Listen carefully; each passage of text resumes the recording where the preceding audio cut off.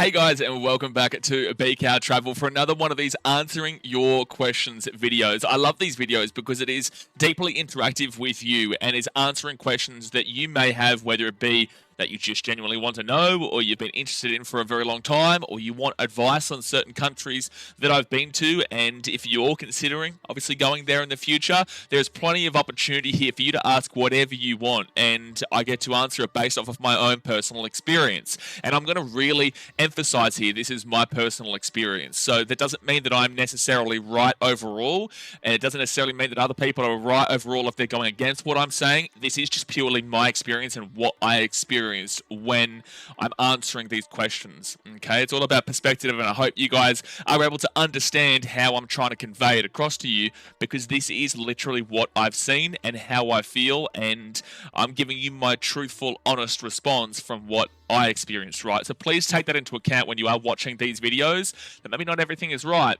but it is from my personal perspective. But if you guys have any kind of question yourself, please drop into the comment section. That's where you need to go. Just jump into the comment section. You can either respond to what I've been saying here on this video, or you can put a comment in for another video where we will discuss the question that you have asked. But today's video is about India, which is really exciting here. I was in India for 2.5 months or so, from Delhi to Agra to Jaipur to Udaipur, back to Delhi, and then across to Thailand, right?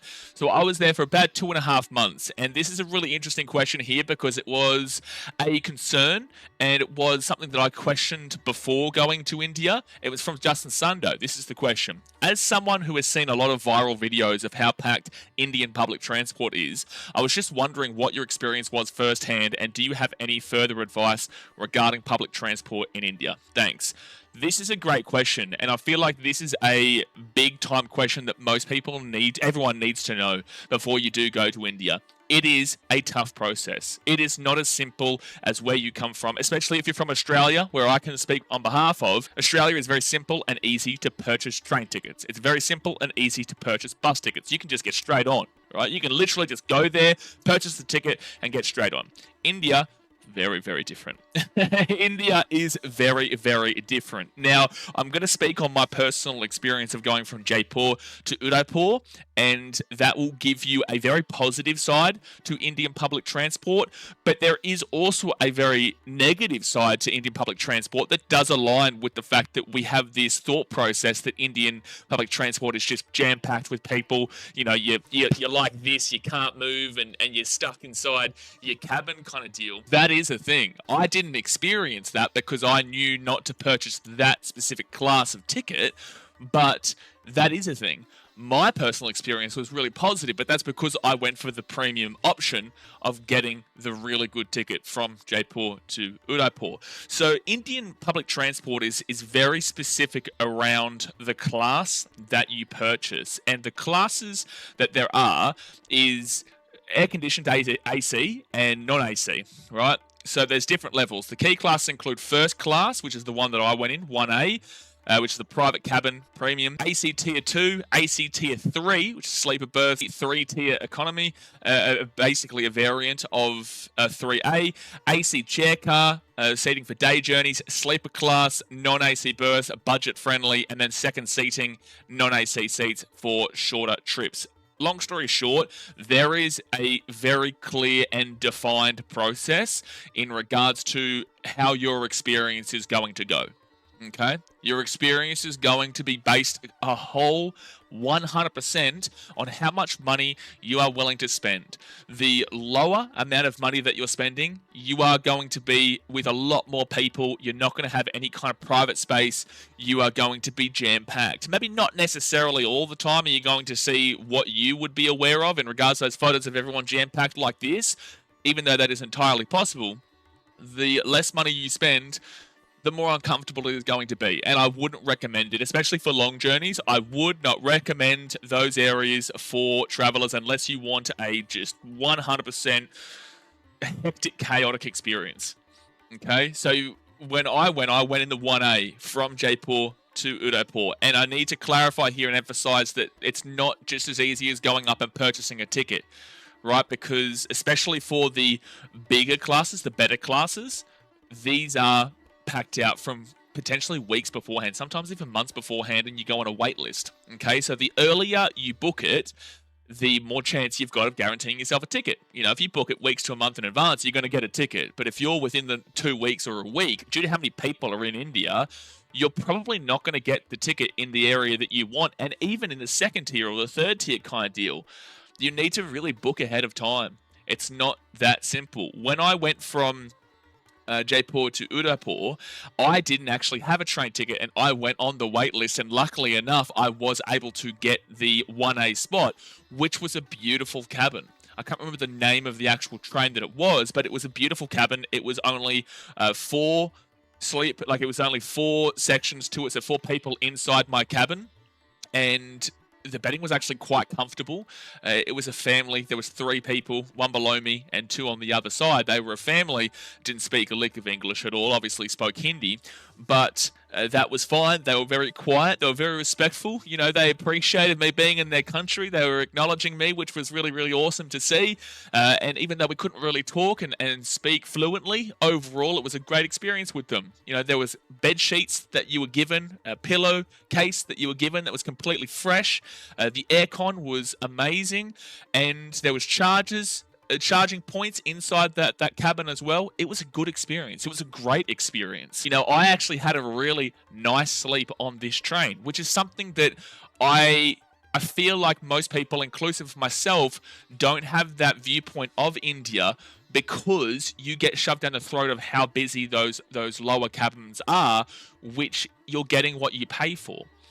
Right? You are getting what you pay for. Now, I will clarify here as well that the train stations are like this. When you go to the train station, that's probably going to be one of the more confronting experiences that you have in India, because of how many people are there, whether they do be homeless that are sleeping outside and begging for money, or whether it is just the overwhelming amount of people inside the train station, you know, figuring out where they're going to go, yeah, or you're looking at Hindi and you don't have an understanding of it all. The boards will have Hindi, and then they will switch over at a time to English, and then they'll go back to Hindi and whatnot, which is really beneficial. Don't guarantee that though everywhere. This was just my personal experience, but it is very overwhelming and it is very chaotic, and you will be confronted by some of the things that you do see at these train stations, and Jaipur was absolutely like this. As well with this, you need to look up to the top. And I didn't know this at the time. I went to the opposite side. So because I was in 1A, I had to wait at the certain area where that train was going to come from the front, because 1A is up at the front, right? So I had to wait down that side, and I'm using that side because that's the only way it makes sense here. Well, I didn't know to look up, so I thought we were actually going that way. So I went all the way down to the other side, and then the train came, and it was coming this way. So I was like, oh shit, I need to be on the other side here. I need to be on the complete other side. And I was like, oh damn, I wish I had known this. And then as I was walking down, and I was like rushing, I was running down here trying to get through all these people to get to the front. And I was sweaty, it was hot, I was tired, it was late at night. I think it was like 11 o'clock at night that we were getting on this train to arrive at like 5 in the morning or 6 in the morning in Udaipur. But I'm rushing, I'm going through all these different people. It's a chaotic experience, but I look up and I see that it did have the tiers. All right, so it did have the tiers up top on like these signs that did show where to go. So that was something that I didn't know at the time. And then I look up as I had that rush, and there was those tiers there. But there's so much that's going on that sometimes you just get way too overwhelmed. And then at this certain train station, you had to go up a bunch of stairs, go across to another platform, and it's like there was no real signs overall to help out in some factors. It was just chaos, dude. It was chaos. But again, when I got onto the train, it was beautiful. The toilet wasn't dirty, it was clean, and although down the other side and the other cabins it was just hectic, this cabin was fantastic. So that's why I will recommend. I think I only paid like $25 Australian, $30 Australian equivalent to actually be in that really, really good class. There is tickets that you can get in certain trains that are like $1 in comparison for the same journey. So it's pretty self-explanatory, you know, to what class you're going to be going into. If you pay the most, you're going to get a good experience. And if you're going to pay the least, you're going to have a hectic experience. I'm not going to say it's not a good experience. If that's what you want, then that's what you want. It's not what I want. I didn't need that experience. I can see it from afar and say, wow, that's crazy. I'm going to go down this way. And that's because I have the luxury of being able to do that. I also am very well aware and understand that a lot of the people down there, the locals, they don't have the money necessarily to go up there. So it's completely understandable in regards to the population of the place, plus also the financial situation of these people, that they have to go there. But luckily enough for myself and for other people out there, and if you're a traveler, if you're a tourist, you don't need to pay that. You've got more than that. They don't necessarily have more than that, but you do. So it's like you shouldn't be going down into that section unless you want that real pure kind of experience of craziness and hecticness that India can provide, but I just wouldn't suggest it. So the biggest things that I want to talk about here and really clarify in regards to the whole video is that it comes down to what you're willing to pay. The train stations are chaos, regardless of what tier you get. The train stations overall are chaos. You need to book well in advance. If you get lucky, you get lucky if you do it really, really late, but you need to book it well in advance. To add on to that, there is a video on this channel of the IIRTC or RCTC. There is a video on the channel, this channel, from before I actually left, where I did explain and show you the process of purchasing a ticket in India, which is really beneficial there. I do believe, I didn't need to see this, but I do believe that at the train stations they have a kiosk that do help foreigners and do help tourists and whatnot. I don't know how reliable this is, but people do say that it is there. I don't know how reliable it is everywhere. I would assume in the big cities, the main tourist-centric cities like your Delhis, your Mumbais, your Agra, your Jaipur, because these are real tourist-centric cities, I'm feeling like, yeah, sure, okay, you're going to have a probably guarantee that the kiosk will be helpful. I don't know about the smaller cities. Udaipur train station, when I went there, was interesting, but I wasn't leaving from there, so I wouldn't be able to give you a good idea for that.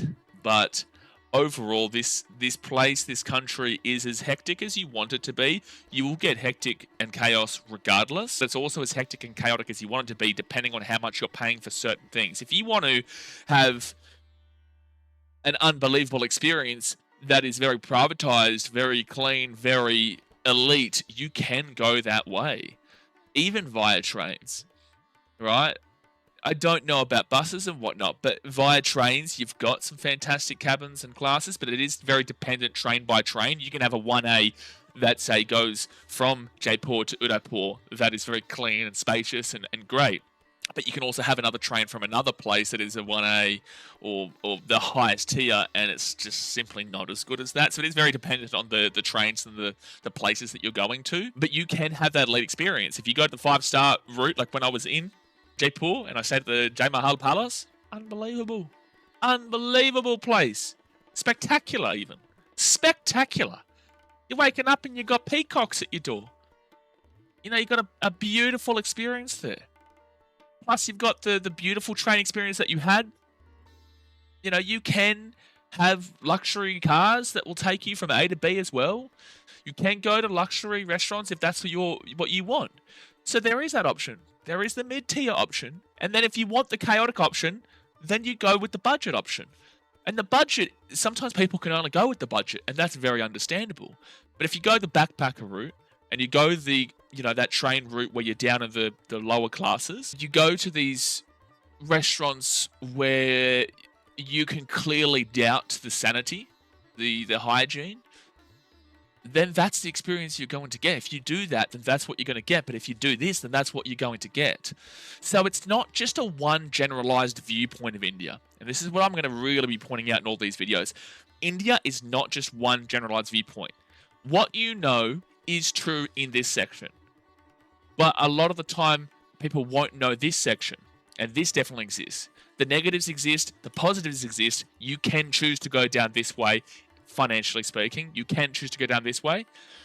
And you can choose to go down this way. And that's not even necessarily negative this side here. It's just a whole different experience that you're going to get. So India is a very complex country. So to answer your question here, as someone who has seen a lot of viral videos of how packed India public transport is, I was just wondering what your experience was firsthand, and do you have any further advice regarding public transport in India? To purely answer this, it is what you make of it. It is what you pay. You can get that good experience. You can get that lesser experience. Regardless, it's an experience. As long as if you are paying for the lesser experience, then appreciate that. I hate it when people will, pay for that lesser experience where they might have the money for the other one. I'm sorry, but you probably, as a tourist, will have enough money to go on that train and that 1A. Realistically speaking, it's like $30. Okay, Australian. So I really dislike it when people, they go for a budget trip. They want the budget experience. They may not have the money for this. Okay, sure. Well, you have to respect and appreciate what you're going for, because you know that's what's going to come. You know that's going to come. And that's what I'm going to say here. Whatever choices you make, appreciate it and respect it for what it is, because it is a choice that you have made. You have made to go down there, or even stay in the middle. Because there are middle classes as well, with not as many people as here, but more people than here. It's in the middle. It all comes down to your choices. So, India is hectic. India is chaotic. But I loved it because I appreciated the experience with what I chose. Obviously, guys, if you like this kind of video, please hit that thumbs up button. Subscribe if you are new around here. We're on our way to 2,000. Now we hit 1,500. Now we're on our way to 2,000. So I appreciate all the support you are showing. Drop a comment in the comment section, and maybe I'll answer it in the future videos. Whatever you want to know about countries like India, Thailand, Vietnam, Malaysia, Fiji, Australia, New Zealand, America, Canada, Hong Kong, all these places, man. Been a lot of places this year, so I've got a lot of things to say. But I appreciate you, and I'll see you next time. Thanks for watching. Catch you later. See ya.